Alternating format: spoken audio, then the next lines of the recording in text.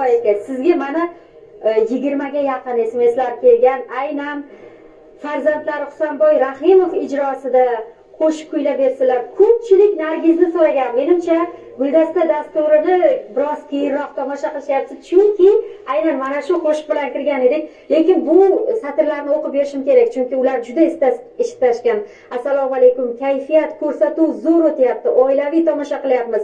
Kamoliddin Rahimov muxlisimiz oilaviy. Iminovlar oilasidan kelibdi. Ustoz Kamoliddin Rahimovni oilalari shogirdlari ijrosidagi qo'shiq eshitishni juda xohladik. Rahmat katta. Bahodir Ro'zimovdan kelibdi. Menimcha istaklari amalga oshdi. Boshlovchilar, hurmatli mehmonlar, biz rahmatli Kamoliddin akani muxlislarimiz.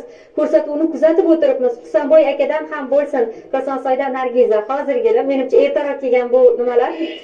SMSlar, Guldasta ijodkorlari Kamoliddin Rahimov bizni Yangi Qo'rg'on Poromon qishlog'iga ham ko'p mehmon bo'lganlar. Bizda Robiddin Isoqov shoirimizning she'rlarini ham qo'shiq qilganlar deganlar. Assalomu alaykum. Jigi qo'shig'ini so'raganlar. Faxriddin aka bo'laman, iltimos Husanboy aka ijro